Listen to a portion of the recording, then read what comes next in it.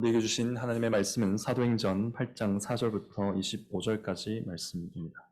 이것은 하나님의 말씀입니다. 그 흩어진 사람들이 두루 다니며 복음의 말씀을 전할세 빌립이 사마리아 성에 내려가 그리스도를 백성에게 전파하니 우리가 빌립의 말도 듣고 행하는 표적도 보고 일심으로 그의 말하는 것을 좇더라.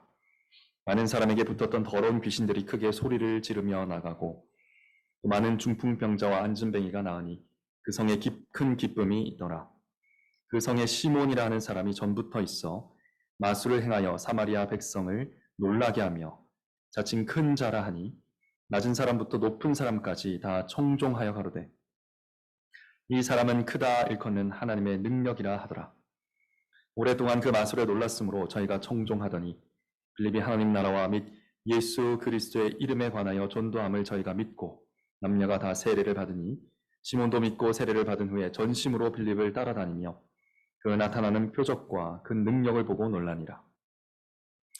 예루살렘에 있는 사도들이 사마리아도 하나님의 말씀을 받았다 함을 듣고 베드로와 요한을 보내매 그들이 내려가서 저희를 위하여 성령 받기를 기도하니 이는 아직 한 사람에게도 성령 내리신 일이 없고 오직 주 예수의 이름으로 세례만 받을 뿐이로라. 이에 두 사도가 저에게 안수함에 성령을 받는지라.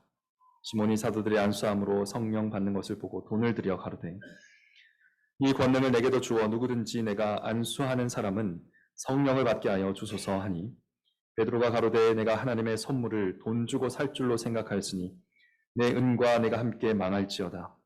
하나님 앞에서 내 마음이 바르지 못하니 이 도에는 내가 관계도 없고 분깃될 곳도 없느니라. 그러므로 너의 이 악함을 회개하고 주께 기도하라. 혹 마음에 품은 것을 사하여 주시리라. 내가 보니 너는 악독이 가득하며 불의에 매인 바 되었도다.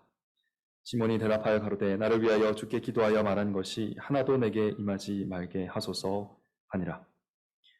두 사도가 주의 말씀을 증거하여 말한 후 예루살렘으로 돌아갈새 사마리아 이내 여러 촌에서 복음을 전하니라. 아멘. 읽은 말씀으로 복음, 교회를 세우는 큰 왕의 선포라는 제목으로 사도행전 강해 설교를 이어가도록 하겠습니다. 지난 주일 말씀 혹시 기억하십니까? 우리 스데반 집사, 제자 스데반이 투석형을 맞고 사형을 당했습니다. 스데반은 죽기까지 그리스도의 복음을 전하고 죽었습니다. 근데 이것은 스데반이 복음을 듣고 그 복음에 대해서 반응한 결과였습니다. 복음에 대한 반응으로 그는 죽기까지 그리스도의 복음을 전하였던 것입니다. 유대교의 지도자들과 유대인들은 예루살렘 교회를 이때부터 본격적으로 핍박하기 시작합니다. 핍박했다는 것은 괴롭혔다는 거예요. 그때부터 계속 교회를 괴롭히기 시작합니다. 그런데 유대인들이 교회를 핍박한 것도 사실 이들이 복음을 계속 들었죠. 사도들에게 복음을 계속 들었고 스데반에게도 복음을 들었습니다. 수차례 복음을 들은 데 대한 반응이었습니다. 그래서 유대인들을 지도자들과 유대인들이 교회를 핍박한 것이죠. 복음에 대한 반응으로 일어난 일이었습니다. 그럼 이처럼 복음은요, 단순한 메시지가 아닙니다. 단순한 말이 아니에요. 온 세상을 다스리시는 유일하신 왕의 선언이고 왕의 메시지입니다. 이 설교단에서 그리스도의 복음이 선포될 때 왕이신 그분께서 여러분에게 말씀하시는 겁니다. 성령님이 승천하시고 하나님 보좌 우편에 앉으신 그 왕의 음성을 들려주시는 겁니다. 목사의 음성을 통해서 들려주시는 것이죠. 하나님의 값없는 자비와 은혜로 오라고 초청하시는 음성을 들려주십니다. 죄와 죽음과 진노와 저주로부터 구원을 약속하시는 그 왕의 음성을 듣도록 하신다는 겁니다. 여러분도 예배 시간에 그 왕의 메시지를 듣고 있습니다. 그리고 왕의 메시지를 들은 사람들은 반드시 그 왕께 응답하게 되어 있습니다. 여러분은 어떤 형태로든 응답하고 계시는 겁니다. 현재도요. 선포된 복음의 왕의 말씀을 받고 믿고 감사하기도 하고요. 또 왕의 말씀을 받들어서 순종하기도 합니다. 이렇게 반응하기도 합니다. 왕은 무슨 왕? 복음은 무슨 복음? 하면서 무시하기도 하고요. 목사의 말이지 무슨 사람이 예수님의 말인가 하면서 사람의 말로 들을 수도 있습니다. 여러분, 이 어느 것으로도 반응할 수가 있습니다. 불신하고 무시하거나 거부하면서 왕을 무시하고 거부하고 불신한 자들에게 준비된 심판에 한 발걸음 다가가고 있을 수도 있습니다. 다양하게 반응할 수 있습니다. 이 복음이 선포되는 설교 시간에 왕께서 구원과 심판의 문을 활짝 여신다는 사실을 기억하면서 이 말씀을 들어야 하는 것입니다. 이 말씀을 듣고 왕께 합당한 반응을 보여야 된다는 것이죠. 여기 말씀을 한번 보면 예루살렘 교회에 핍박이 일어나자 사도 외의 모든 자가 이제 유대와 사마리아 모든 땅으로 흩어지게 됩니다. 성령이 임하시면 어떻게 된다고 했습니까? 예루살렘과 온 유대와 사마리아와 땅끝까지 이르러 내 증인이 되리라 하신 말씀대로 왕의 말씀대로 지금 이루어지고 있는 것입니다. 복음은 교회의 고난을 통해서 널리 퍼져가기 시작합니다. 특별히 이 과정에서 복음에 합당하게 반응을 보인 제자들을 통해서 복음이 땅끝을 향해서 계속 퍼져가기 시작합니다. 특히 이제 사마리아 지역에 처음으로 이렇게 복음이 들어가는 장면이 바로 오늘 본문의 장면인데, 오늘 본문을 보니까 이 사마리아 지역에서는 스데반과 함께 집사로 세워졌던 이 빌립이라는 사람이 복음에 반응해서 하나님의 일을 하기 시작합니다. 복음이 전파되고 교회가 세워지는 과정이 쭉 그려지고 있습니다. 또 우리는 이 과정에서 복음에 반응하는 세 종류의 사람들을 만나게 됩니다. 예루살렘 교회에서 온 빌립과 사도들, 예루살렘 교회에서 온 사람들입니다. 두 번째로는 사마리아 교회로 형성되는 사마리아의 남자와 여자라고 하는 이 사람들, 두 번째 부류의 사람들이고, 그리고 시몬이라고 불리는 마술사입니다. 이 사람이 세 번째 부류입니다. 이 셋이 각각 복음에 반응해서 뭔가 일을 이루어가고 있습니다. 빌립과 사도들은 핍박 중에도 복음을 전파하는 방식으로 반응했고요. 사마리아 사람들은 복음을 들었을 때 복음을 주목하고 복음을 영접합니다. 받아들입니다. 이렇게 반응합니다. 그리고 시몬은 복음을 오해합니다. 이런 다양한 방식으로 복음에 반응을 하고 있습니다. 이 세 가지 반응을 통해서 사람들의 각양각색 반응을 통해서 사실 가장 명확하게 드러나는 것이 복음입니다. 복음이 아주 선명하게 드러나고 있습니다. 특별히 복음을 선포하신 왕이 드러나고 있고요. 그 왕의 위대하심이 복음을 통해서 드러나고 있습니다. 이것은 바람을 보는 거하고 비슷합니다. 여러분, 바람을 어떻게 보십니까? 바람이 안 보이죠? 오늘도 오는 길에 보니까 바람이 좀 불던데, 바람이 어떻게 보입니까? 떨어지는 낙엽, 날리는 낙엽을 보면서, 또 펄럭이는 깃발을 보면서 바람을 볼 수 있죠. 바람의 위력을 볼 수 있습니다. 마찬가지입니다. 우리가 승천하신 그리스도는 볼 수 없지만, 성령님도 눈으로 볼 수 없지만, 그리스도께서, 또 성령께서 복음에 반응하는 사람들을 통해 나타나는 겁니다. 복음에 반응하는, 왕의 어명에 반응하는 사람들을 통해서 왕이 어떤 왕인지, 그 복음을 명령하신 분이 어떤 분인지가 드러난다라는 것입니다. 그래서 오늘 본문을 통해서 그 왕의 위대하심을 이 세 반응들을 통해서 살펴보려고 합니다. 그래서 우리가 살펴보게 될 세 가지는 이것입니다. 첫째, 복음에는 교회를 세우시는 큰 왕의 주권이 드러납니다. 둘째, 복음에는 믿음을 주시는 큰 왕의 은혜가 드러납니다. 셋째, 복음에는 회개를 명하시는 큰 왕의 긍휼이 드러납니다. 이 세 가지를 세 부류의 사람들과 함께 살펴보도록 하겠습니다. 첫째로 복음에는 교회를 세우시는 큰 왕의 주권이 드러납니다. 이것은 복음을 전하는 예루살렘 교회의 직분자들, 빌립을 비롯해서 두 사도들을 통해서, 또 예루살렘 교회 사도들을 통해서 나타나고 있습니다.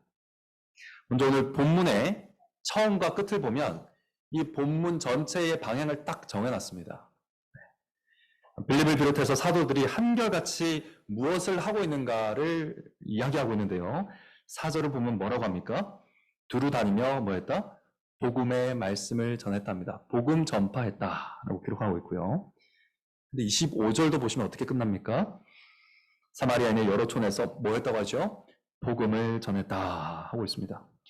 그러니까 오늘 본문은 어떻게 딱 한마디로 요약할 수 있냐면, 예루살렘에서 사마리아로 가면서 복음을 전하기 시작했고, 사마리아에서 예루살렘으로 돌아오면서 또 복음을 전했다, 이렇게 요약할 수 있습니다. 그러니까 나가면서 복음을 전하고 들어오면서 복음을 전한 이야기가 오늘 본문의 이야기다라고 할 수 있겠죠. 근데 복음을 전하는 건 누구의 명령입니까? 예수 그리스도의 명령이죠. 제자들은 이 명령에 온전히 헌신하는 것입니다. 온전히 헌신했던 것이죠. 그러니까 이 제자들은 예수 그리스도의 복음에 온전히 순종하는 방식으로 반응하고 있습니다. 구체적으로 이들은 어떻게 순종하고 어떻게 완쾌 헌신했습니까? 먼저 설교했습니다. 5절에 보시면 그리스도를 백성에게 전파했다고 하고요. 12절에 보니까 하나님 나라와 및 예수 그리스도의 이름에 관해서 전도했다고 합니다. 이 전도는 선포, 설교를 말하는 것입니다. 전파했다는 것도 복음을 증거하다, 설교했다는 것입니다. 빌립은 열심히 그리스도의 이름으로 임하는 하나님의 나라에 대해서 설교했습니다. 전파했습니다.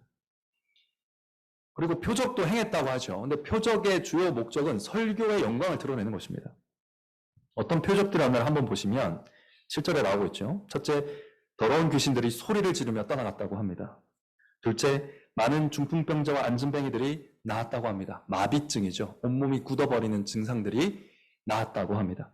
치유했습니다. 셋째, 그 결과로 그 성에 큰 기쁨이 있었다라고 합니다. 여러분, 이 주요한 단어를 보시면 누가 떠오릅니까? 누가 떠오르죠?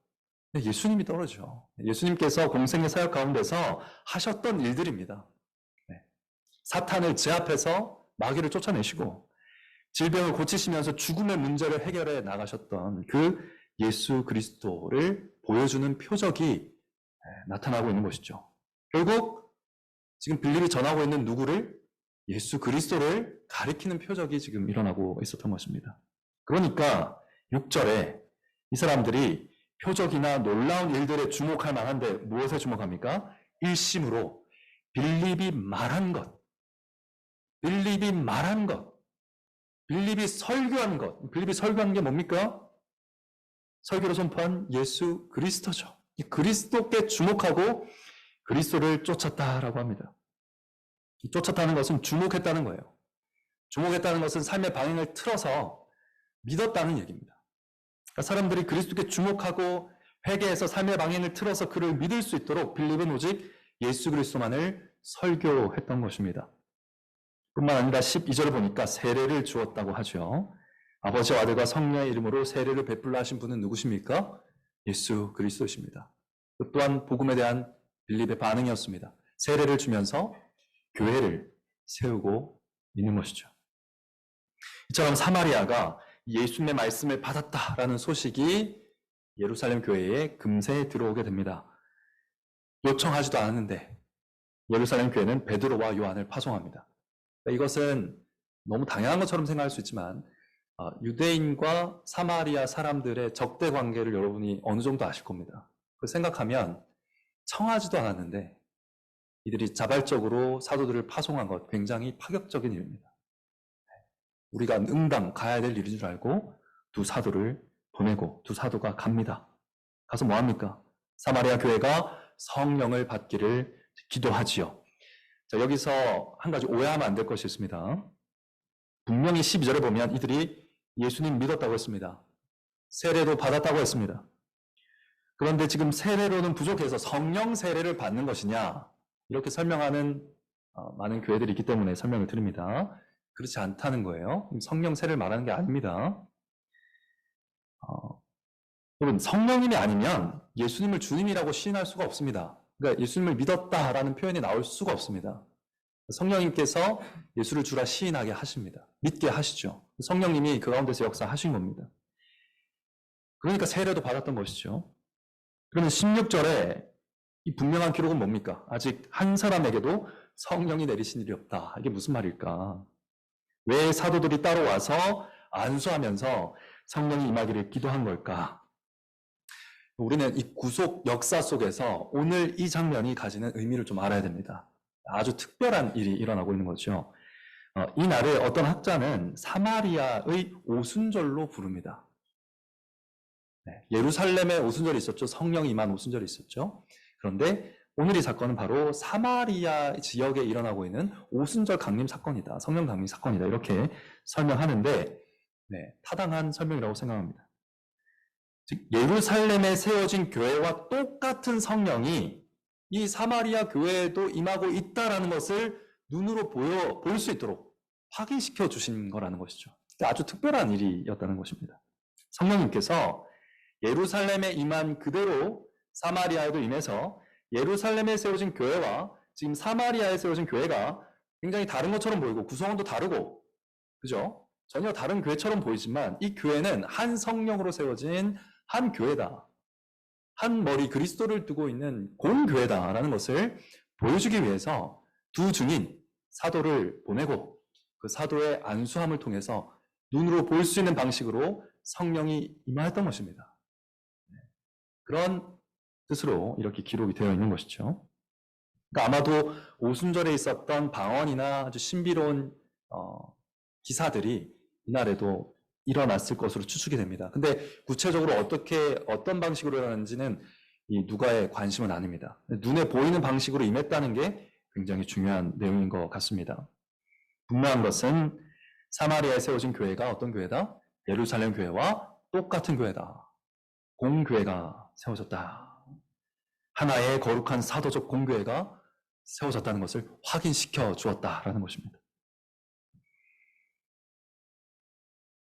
왜 사도들이 이렇게까지 가서 이렇게 했습니까?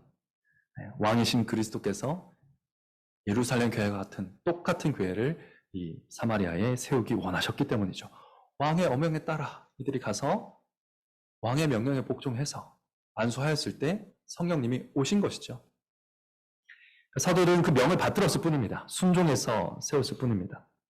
그러니까 이제 설명이 되는 거죠. 유대인과 사마리아인의 관계를 생각했을 때 이들이 청하지도 않았는데 나설 수 있었던 것은 사마리아가 좋아서라기보다는 예수 그리스도 때문에, 그리스도의 명령이기 때문에 사랑하는 마음으로 그곳을 향했던 것이죠. 그래서 자발적으로 와서 예루살렘과 똑같은 교회를 확증하고 인증하고 세울 수 있도록 놀라운 일이 일어난 것입니다. 이것저것 따지지 않고 단순히 예수님께서 명령하신 대로 사마리아에서도 예수님의 증인이 되었던 것입니다. 예루살렘과 온 유대와 사마리아. 사마리아에서도 증인이 되라 하시는구나. 그러면서 사마리아로 갔던 것이죠. 사랑하는 성도 여러분, 우리는 여기서 이 빌립과 사도들이 이렇게 충실하게 예수 그리스도의 명령에 순종한 일을 통해서 그 일을 명령하신 왕을 봅니다. 이들 충실한 이 순종을 통해서 그 일을 명령하신 왕을 볼 수 있는 것이죠. 그럼 그리스도는 어떤 왕입니까? 그는 주권적으로 공교회를 세우시는 왕이라는 것입니다. 복음을 선포하셔서 공교회를 세우시는 왕이라는 것입니다. 교회는 엄청난 박해를 받고 있었습니다. 지금까지 한 번도 이런 일이 없었죠. 교회가 처음 받아보는 일이었습니다. 그런 박해가 지금 일어나고 있는데, 성도들은 감옥에 갇히고 있는데, 성도들은 온 전 지역에 뿔뿔이 흩어지고 있는데, 그런데 오늘 본문 보시면 교회가 세워지는데 방해가 있어 보입니까? 장애가 있어 보이나요? 무슨 어려움이 느껴집니까? 전혀 안 느껴지죠. 예수님이 교회를 세우고자 하시면 세우는 겁니다. 그분께 달려있는 일입니다. 교회를 세우는 일은. 전하는 자의 열심으로 복음이 전파되는 것 아니고요. 전하는 자의 열심으로 교회가 세워지는 것도 아닙니다. 그리스도께서 하시면 그냥 하시는 겁니다. 교회가 서고 하나님 나라가 임하는 것은 주님께 달려있는 주님의 주권적인 문제라는 것입니다. 다만 우리가 해야 될 일이 있죠. 우리가 해야 될 일은 뭡니까? 왕이신 그리스도를 믿고 왕께서 하실 일을 믿고 공교회로서 해야 할 일을 계속 하는 겁니다. 사도로서 해야 할 일을 계속 하는 것이고요. 제자로서 해야 할 일을 계속 하는 것입니다. 그래서 이러한 일이 일어났던 것이죠. 우리는 어떻습니까? 광교 장로교회가 수원에 세워진 공교회로서 해야 할 일이 있죠. 그 일을 계속 해야 한다는 것입니다. 그럼 교회는 하나님이 그리스도께서 왕께서 세우신다는 것입니다. 박해가 있든지 없든지 예수 그리스도의 이름과 하나님 나라를 선포하는 것 계속해야 됩니다. 교회에 나쁜 일이 일어나건 좋은 일이 일어나건 그리스도를 설교하고 성례를 행하고 기도하고 회개를 선포하는 일 계속해야 됩니다. 여기에 있게 하시건 저기로 옮겨가게 하시건 모이게 하실 때에나 흩어지게 하실 때에도 공교회 주신 사명에 따라서 성도의 의무를 다할 때 그 이후의 일들은 왕께서 책임진다는 것이죠. 교회는 그리스도가 세우신다. 왕께서 주권적으로 세우신다. 교회를 둘러싼 박해보다요, 교회를 지금 짓누르고 있는 여러 가지 어두운 뉴스들, 어두운 전망들보다 우리 주 예수 그리스도의 주권이 더 위대합니다. 더 큽니다. 오늘 본문에서 크다라는 것, 위대하다라는 것이 굉장히 중요한 단어로 계속 반복이 되는데, 누가 큽니까? 그리스도의 주권이 가장 크다라는 것을 우리가 기억해야 됩니다. 우리 왕의 주권을 인정하면서 계속 교회로 살아갔던 우리 공교회 선조들과 같이 우리도 계속 공교회로서 살아가야겠습니다. 그렇게 공교회를 계속 세워가야겠습니다. 구체적으로 어떻게 하라는 겁니까? 말씀 사역자들은 계속 그리스도를 설교하고 성례를 바르게 시행하고 기도하고 회개를 선포하겠습니다. 여러분은 그리스도를 계속 들으시고 그리스도께 주목하시고 그리스도께 삶을 돌리시고 부지런히 성례에 참여하시고 기도하며 회개하라는 것입니다. 그렇게 행할 때에 큰 왕이신 우리 주께서 그 뜻대로 교회를 세워나가실 것이다. 그것을 기억하는 여러분 되시길 간절히 바랍니다. 둘째로 복음에는 믿음을 주시는 큰 왕의 은혜가 또한 드러나고 있습니다. 믿음을 주시는 은혜, 이것이 드러나고 있습니다. 이것은 복음의 믿음으로 반응한 사마리아 사람들을 통해서 나타나고 있습니다. 빌립이 복음을 전했죠. 그러자 사마리아 사람들이 일심으로 그가 설교하는 그리스도를 쫓았다라고 기록하고 있습니다. 저기서 쫓았다는 말 아까 설명드렸지만 주목하다라는 말입니다. 원래는 다른 것을 주목하고 있다가 복음을 들은 이후에는 그리스도를 주목해서 쫓았다라고 바라고 믿기 시작했다라고 기록하고 있는 것이죠. 사마리아 사람들이 원래 다른 것을 쫓았고 다른 것을 주목하고 있었습니다. 그것을 오늘 본문에서 소개를 하고 있는데 바로 시몬이라는 마술사라고 소개를 하고 있죠. 그는 아마도 속임수를 써서 마술을 행할 수 있었던 사람으로 보입니다. 이 사람이 자기 자신을 큰 자, 위대한 자다, 거물이다 이렇게 부르면서 사마리아 사람들을 놀라게 했다라고 9절에 기록하고 있습니다. 그러다 보니까 가장 낮은 사람부터 가장 높은 위대하다고 하는 사람들까지, 가장 우둔한 자부터 가장 똑똑하다고 하는 사람들까지, 가장 어린 자부터 가장 나이 든 노인들까지 다 어떻게 했다?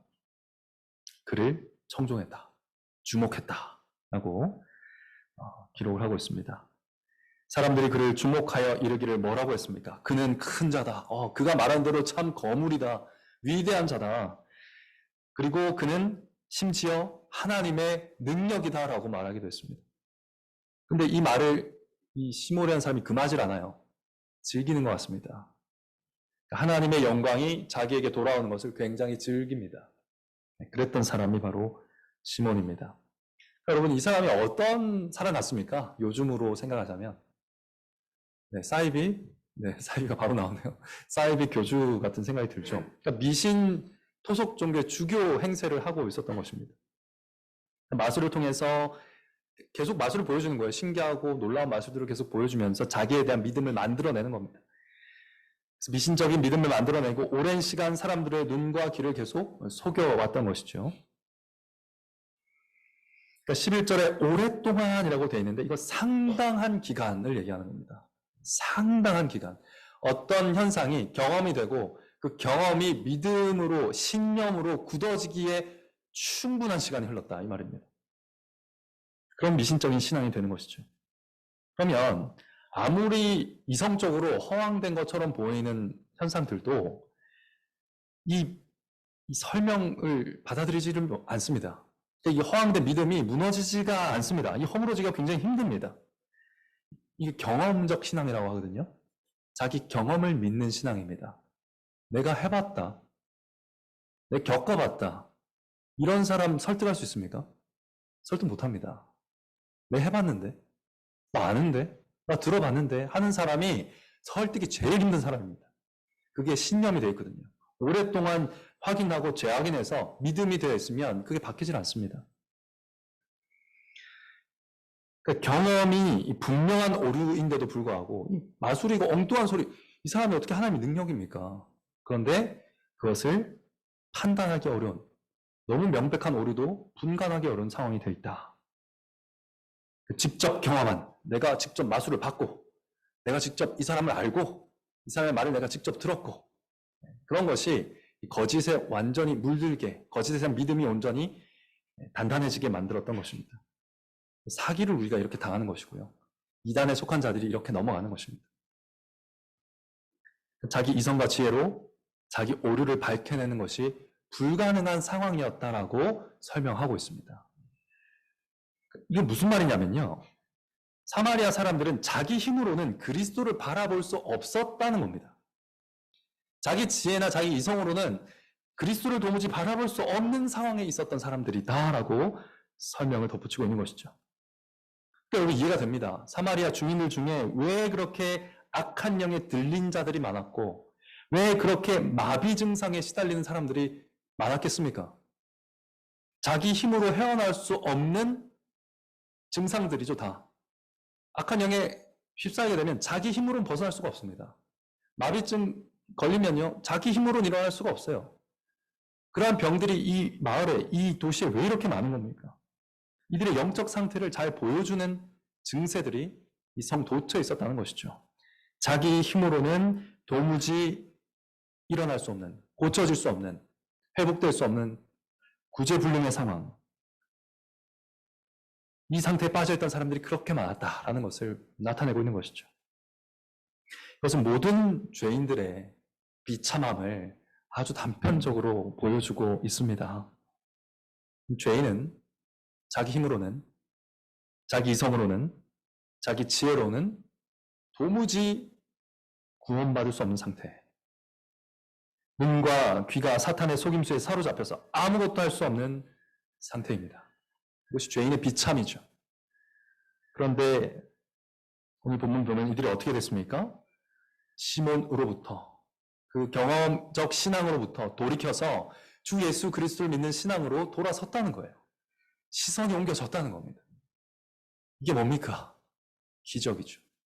기적이 일어났다는 거예요. 일어날 수 없는 일이 일어난 것입니다.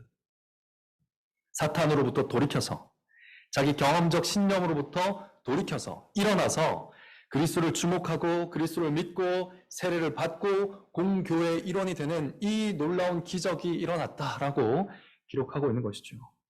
근데 너무 놀라운 것은 시몬도, 이 대장 노릇하고 주교 노릇했던 시몬조차도 일단은 그랬다고 기록을 하고 있습니다. 근데 기적이 일어난 것입니다.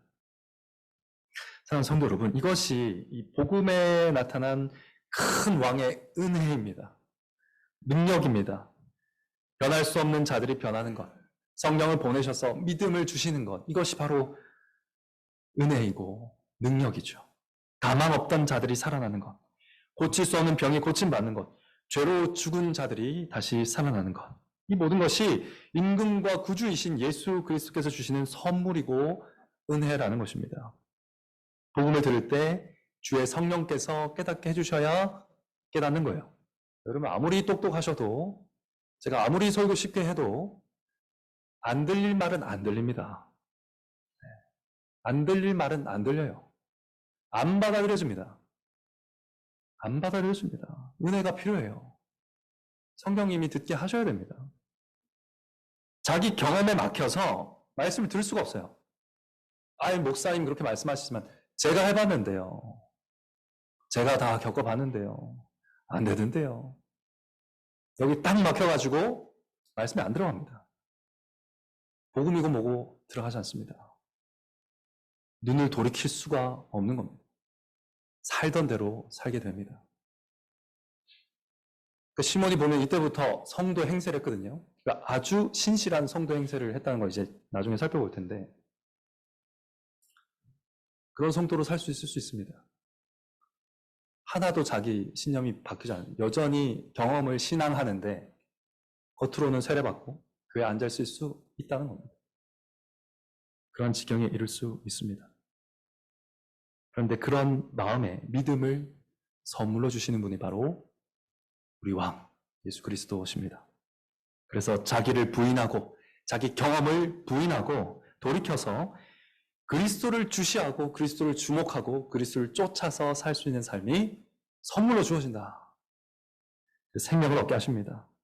이 모든 것이 크고 위대하신 왕의 은혜다라는 것입니다. 사랑하는 성도 여러분, 여기 앉아서 여러분들이 설교를 듣는데 복음이 잘 이해된다. 목사님 무슨 말하는지 잘 알겠다. 그리고 지금 뭐 당장은 이해 안 되지만 설교문을 읽다 보면 이해가 되기도 한다. 뭐 이런 분들이 계시면 그때마다 믿겨질 때마다 여러분 무한 감사해야 됩니다. 그게 그냥 되는 게 아니라니까요. 기적입니다. 매주 기적이에요. 매주. 여러분이 말씀이 달고 오며 할 때마다 얼마나 큰 감사를 드려야 하는지 모릅니다. 복음은 우리의 이성으로 이해하는 것 아닙니다. 지혜로 깨달을 수 있는 것 아닙니다. 지금도 그리스도의 영이신 성령께서 빛 비추시 아니하시면 말씀을 들어도 그리스도가 안 보이고 말씀을 들어도 그리스도가 안 들립니다. 근데 어떻게 구원을 얻겠습니까? 그리스도를 만날 수 없는데 깨닫지 못합니다. 여러분들이 이 빛 비춰주시는 것, 그리스도의 복음을 주시할 수 있는 것, 그리스도를 바라볼 수 있는 것에 감사하는 여러분 되시기 바랍니다. 그리고 여러분이 구원받을 수 있다면 여러분이 절대 구원받을 수 없다고 생각하는 그분 구원 가능하겠죠? 가능합니다. 믿지 않은 가족들을 위해서 기도하기를 멈추지 마시고 포기하지 마십시오. 기회 있을 때마다 복음 전하시기 바랍니다. 우리를 믿게 하신 은혜가 그에게 임한다면 그도 믿을 겁니다. 나도 다 겪어봐서 안다. 내가 다 해봐서 안다. 그 교인들 다 겪어봐서 안다. 나 교회 다 다녀봤다. 교회 다니니까 별거 없더라. 이겨낼 수가 없잖아요. 그죠? 우리 다 설득해봤습니다. 잘 안 되죠. 그러나 불가항력적인 은혜가 그를 사로잡는 그날 눈이 밝아지고 다리에 힘이 붙어서 성전 안으로 들어오게 될 것입니다. 주를 만나는 날이 올 것입니다. 그리스도가 하나님의 능력입니다. 다른 곳에서 그 능력을 구하지 마시고 복음 안에 나타난 그 그리스도의 은혜의 힘을 신뢰하는 이 왕의 힘을 신뢰하는 이 은혜의 능력을 의뢰하는 여러분 되시기를 간절히 바랍니다. 셋째로 복음에는 회개를 명령하시는 큰 왕의 긍휼이 드러납니다. 이것은 복음을 오해한 시몬을 통해서 잘 나타나고 있습니다. 앞에서 제가 설명드린 것처럼 또 앞에서 살펴본 것처럼 사도들이 안수에서 기도할 때 사마리아에도 공교회가 세워졌다라는 것을 표하는 성령이 충만히 임하게 됩니다. 그 성령의 은사가 막 나타나는 거죠. 그렇게 사람들이 성령님을 영접했습니다. 사람들이 성령님을 영접했습니다. 성령을 받은 게 아니고요. 성령님을 영접했습니다. 오늘 본문의 15절에 성령 받기를 기도한다라는 표현, 17절에 성령을 받는지라, 18절에 성령 받는 것을 보고 이런 번역들이 있는데 참으로 아쉽고요.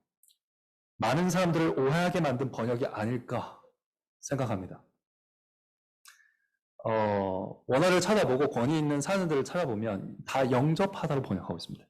영접하다. 영접하다는 말 언제 쓰인 단어입니까? 영접하는 자, 곧 그 이름을 믿는 자들에게는 하나님의 자녀가 되는 권세를 주셨으니 누구를 영접하는 자? 주 예수 그리스도를 영접하는 자. 하나님을 영접하다 할 때 쓰는 단어를 그대로 성령님께 써야 됩니다. 성령이 무슨 받고 주고 하는 게 아니에요. 무슨 능력이 아닙니다. 부를 수 있는. 예수님을 받아들이고 모셔드릴 때 영접한다라고 번역했으면 성령님에게도 똑같이 영접하다라고 번역을 해야 됩니다. 그래서 여러분 성경에 옆에 어디 보이는데 영접하다라고 써놓으십시오. 써놓으시면 좋겠습니다. 원래도 그렇게 번역해야 되는 거 맞습니다. 우리 주님께서 주권을 가지고 행하시듯이 성령님도 주권을 가지고 행하십니다. 성령님이 주체적으로 오십니다. 교회에. 그래서 안수에서 기도했던 것은 여러분 기도는 뭐라고 했습니까? 기도는 뭐라고 했습니까? 하나님의 선물을 기다리는 자세라고 했죠. 네. 사도들이 안수해가지고 내가 성령을 주겠다라고 안수한 게 아니고요. 기도하면서 성령님이 오시기를 간청하고 있었던 거예요. 성령님이 오신 거죠. 무슨 마법을 부린 게 아닙니다. 장풍을 쏜 게 아니에요. 그렇게 이해하시면 절대 안 됩니다. 제가 이 내용을 이렇게 강조하는 이유는 이에 대한 우리의 오해가 많아서이기도 하고요. 바로 시몬이 이 점에 있어서 성령님을 오해했기 때문입니다. 시몬은 사도들이 손을 얹어서 안수할 때 그때 사람들이 성령님을 영접하는 것을 보고 아, 이거였구나 라고 생각했습니다. 유레카. 안수가 비법이었네 했던 것이죠.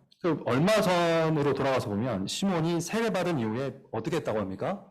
빌립을 아주 잘 쫓아다녔다고 합니다. 쫓아다니면서 어떻게 이런 놀라운 일이 일어나는지 궁금해서 지켜보고 관찰했다 그래요. 왜 그랬겠습니까? 자기는 마술 속임수인 거 자기가 다 알잖아요. 자기가 위대하다고 말하면서 웃겼을 거예요. 이거 다 거짓말인데 하면서 속으로 재밌었을 겁니다. 자기는 속임수로 사기로 마술을 해가지고 지금 사람들한테 인정을 받고 있는데 아무리 살펴봐도 빌립이 행하는 이 표적들에서는 이 속임수가 안 보이는 거예요. 너무 신기하니까 계속 지켜봤던 겁니다. 그래서 그는 너무 놀랐고 빌립의 기적을 믿었던 것 같습니다. 여기서 아까 경험을 믿는 믿음이 나왔다면 여기 기적을 믿는 믿음이 등장합니다. 그리스도를 믿은 건 아니었던 것 같아요. 그리스도를 믿는다는 건 자기 부인이 반드시 포함됩니다. 이 사람 자기 부인은 하지 않거든요. 이 사람은 기적을 믿었던 것으로 보입니다. 경험을 믿는 믿음에서 기적을 믿는 믿음으로 바뀐 것이죠. 둘 다 구원 얻는 믿음은 아닙니다. 기적을 믿는다고 구원 얻는 거 아니에요. 경험을 믿는 거 구원 얻는 것 아닌 것처럼 기적을 믿는다고 구원 얻는 것도 아닙니다. 그는 안수가 비법이라는 이 결론을 내리고서 당장 결제하려고 합니다. 돈을 가지고 오죠. 사도에게 바치면서 자기에게도 나도 손을 대면 이 성령이 이렇게 쫙 임해가지고 사람들이 성령을 받도록 해달라 요청을 하게 됩니다. 권한을 달라고 합니다. 그러니까 여기서 이 시몬의 마음이 드러나거든요. 시몬의 마음에 뭐가 있습니까? 그는 여전히 위대한 자라고 불리고 싶습니다. 그는 여전히 거물이 되고 싶습니다. 여전히 하나님의 능력이라는 이름이 그립습니다. 나 하나님의 능력이었는데 그는 더 탁월해져서 더 잘해서 더 잘 확실하게 속임수가 아니라 진짜 내 능력으로 기적을 일으키면서 하나님의 영광을 자기 것으로 삼고 싶어 했습니다. 지금까지 세례받고 좋은 성도로 잘 지내는 줄 알았거든요.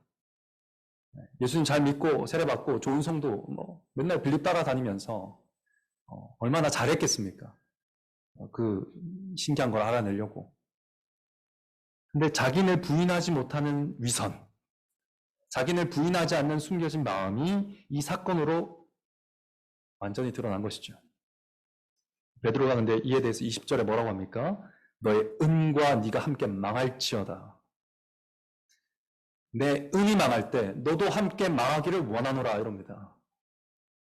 네 은이 사라질 때 너도 함께 사라지기를 원하노라 이럽니다. 하나님의 영광을 원하는 너의 탐욕이 너와 함께 파멸될지어다 이런 말입니다. 하나님의 주권적인 선물을 네가 돈줄로 살 줄 아느냐? 그럼 그렇게 망해야 마땅한 죄다. 이렇게 말하고 있는 것이죠. 베드로는 이 죄를 다루는데 매우 단호합니다. 너무 큰 죄이기 때문입니다. 그래서 21절에 보면 이 도, 즉 이 말씀, 즉 이 말씀으로 인한 신앙에 너의 몫은 없다. 너의 분깃도 없다. 즉 너의 기업도 없다. 이렇게 선포하고 있습니다. 왜냐하면 하나님 앞에서 복음에 반응하지 않고 믿음으로 반응하지 않고 회개로 반응하지 않고 오히려 복음과 함께 주어진 선물에 자기 탐욕으로 반응했기 때문입니다. 여기서 분깃이라는 말은 기업인데요. 상속권을 말하는 것입니다. 하나님이 이 말씀의 도에 복종하는 자들, 구원받은 백성들에게 상속하시는 나라에서 너의 기업은 없어. 그게 무슨 말입니까? 출교 비슷한 말입니다. 너 이제 교회가 아니다. 하나님 나라에 네 자리는 없다. 이렇게 말한 것이죠. 여러분 너무 단호합니까? 너무 가혹합니까? 그러나 이 말은 그가 그 상태 그대로 머물러 있을 때 일어날 일을 그대로 알려준 것뿐입니다. 그대로 회개하지 않고 있으면 이 말 심판에 대해서 그냥 고스란히 전한 것일 뿐입니다. 사도는 결국 그에게 뭘 하라고 합니까? 그렇게 망해버려라 그럽니까? 그러지 않죠. 22절 보면 회개하라 합니다. 회개하라. 이 악함을 회개하라. 주께 기도하라 하죠. 여기서 기도하라는 말, 요거 말하는 겁니다. 싹싹 빌어라. 주님께 싹싹 빌어라. 그래야 할 죄다 이것은. 그러면 혹 내 마음에 품은 죄에 대해서 용서하실 것이다. 이렇게 말합니다. 자, 혹, 그러니까 아마도 용서하실 수 있다는 것은 혹 용서하지 아니하실 수도 있다. 그런 말이죠. 여기서 베드로와 이 시몬의 궁극적인 차이가 나타납니다. 베드로는 하나님, 예수님 부리지 않습니다. 네가 회개하면 내가 용서 받을 수 있게 해줄게 이렇게 안 하죠. 용서하면 하나님이 아마 용서해 주실 수도 있어. 근데 아닐 수도 있다.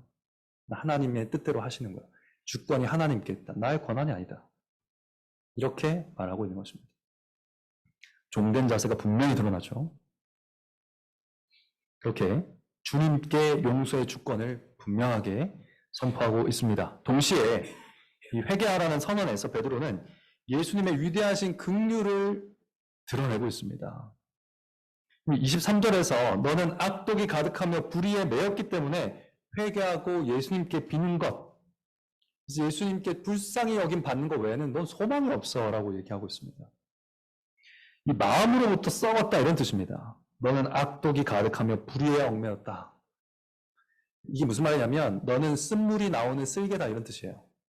네가 지금 쓴물이 나온 것 가지고 지금 막 잘못했다고 내가 얘기하는 게 아니야. 네가 쓸개야. 쓴물 하나 나왔다고 지금 내가 이야기하는 거 아니다. 네가 쓸개란다. 네 안에서 나올 게 쓸개 물밖에 없어. 쓴 물밖에 없다. 악독밖에는 없다. 불의에 완전히 갇혀있다. 넌 나올 수가 없다. 그러니까 거기서 그리스도가 풀어주시고 너를 완전히 새로운 피조물로 바꿔주시는 거 왜? 불쌍히 여겨주셔가지고 그렇게 긍휼히 여겨주시는 거 외에 너에게 소망이 아무것도 없다라고 지금 말하고 있는 겁니다. 네 죄 하나 때문에 얘기하는 게 아니라 네 자체가 악독이다라고 얘기하고 있는 거예요. 그 악독한 죄인에게 희망은 하나님이 불쌍히 여겨주시는 것 외에 없습니다. 그 얘기를 하는 거예요. 영혼이 뿌리까지 썩어 있으니까 회개해야 된다. 회개해야 너는 살 수 있다. 이 방법 외에는 없다. 선포하고 있는 것입니다.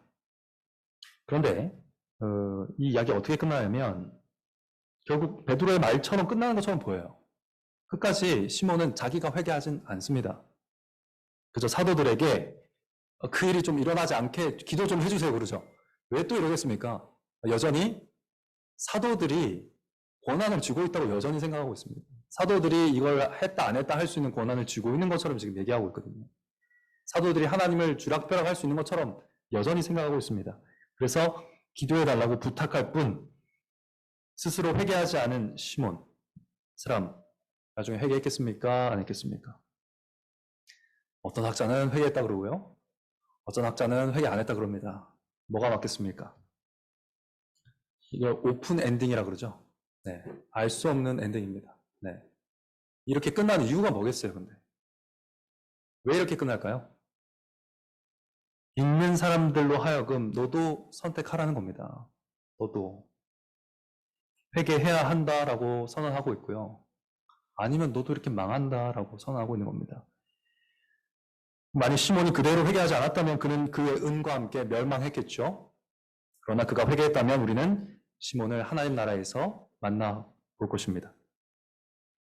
사랑하는 성도 여러분, 이 시몬의 죄 너무 악랄하게 묘사했지만 저는 설교 준비하면서 여기서 제 모습을 봤습니다. 제가 거기 있던데요. 우리가 아무리 그럴싸하게 잘 포장한다고 해서 우리 안에 이런 악독이 없습니까?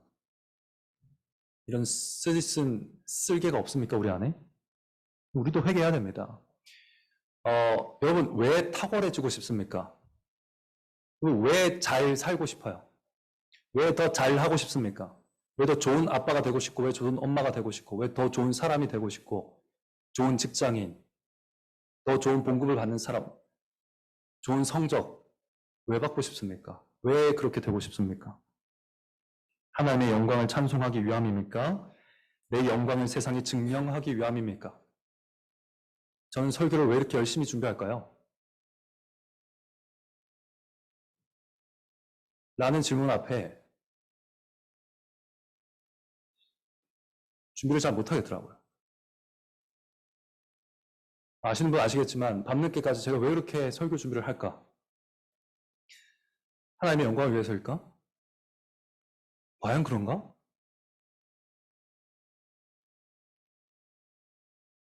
눈앞이 깜깜했습니다. 왜 잘하려고 하십니까? 왜 탁월해야 됩니까, 여러분? 사람들의 인정을 받고 싶어서입니까? 하나님의 자녀로 인정받은 것에 감사하기 때문입니까? 두 중에 뭡니까? 솔직하게 답을 해보십시오. 왜 자랑스러운 자녀로, 남부럽지 않은 자녀로 키우고 싶습니까? 왜 그렇게 키우고 싶죠? 하나님 앞에 약속한 것 때문입니까? 아니면 내가 받고 싶은 어떤 인정 때문입니까?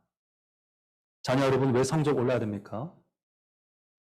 왜 잘해야 되죠? 왜 돈을 더 벌어야 됩니까? 왜 좋은 직장 가야 되죠?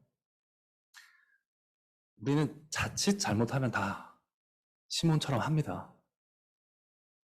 목적이 수단과 바뀌는 거죠. 하나님은 내 영광을 위한 수단이 아닙니다. 신성모독이죠. 하나님을 우리의 위대함, 내가 더 그레이시 되기 위해서, 내가 위대한 자, 거물, 사람들의 인정을 받고 박수를 받는 그런 인정받는 의미 있는 가치 있는 그런 사람이 되기 위해서 내 탁월함을 이루기 위해서 하나님 도구 취급하시면 안 됩니다. 우리 그렇게 기도하는 경우 굉장히 많거든요.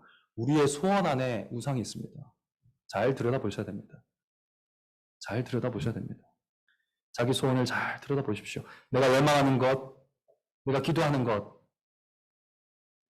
그거 가지기 위해서 왕의 자리에 앉아가지고 하나님 하인처럼 부리시면 안 된다는 겁니다. 그럼 어떻게 될까요? 그 탐욕이 이 땅에서 소멸할 때 우리도 멸망할 겁니다. 회개해야 됩니다. 이러한 우리에게도 회개를 선포하는 왕이셔서 얼마나 다행인지, 얼마나 감사한지. 이런 우리를 위해서 십자가 지시고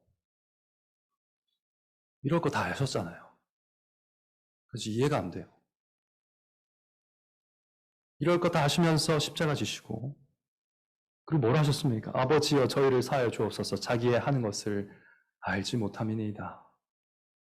우리가 지난주에 스데반의 입술을 통해 들었지만 십자가에서 선포된 이 예수님의 기도가 우리에게 얼마나 위안이 됩니까?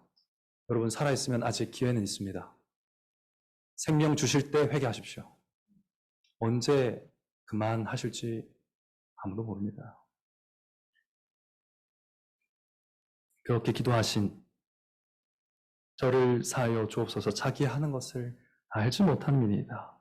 우리를 불쌍히 여기셔서 긍휼히 여기셔서 우리에게 회개의 기회를 주시면서 기도하신 그 왕의 긍휼하심에 우리의 소망이 있는 것입니다. 복음에 그것이 드러나고 있습니다. 어떻게 반응해야 되겠습니까? 회개의 기회가 있을 때 돌이켜 회개하시기 간절히 바랍니다. 사랑하는 성도 여러분, 오늘도 복음을 통해서 교회를 세우시는 왕께서 선포하셨습니다. 믿음으로 순종으로 반응하시고 회개하셔서 주님의 긍휼을 바라보시기 바랍니다. 매주 선포되는 복음에서 그렇게 반응하시기 바랍니다. 복음에 합당하게 반응하는 우리를 통해서 크신 왕의 위대하심을 찬송하기를 기뻐하고 함께 주를 증거하고 전파하는 광교 장로교회 되기를 성부와 성자와 성령의 이름으로 간절히 축원합니다.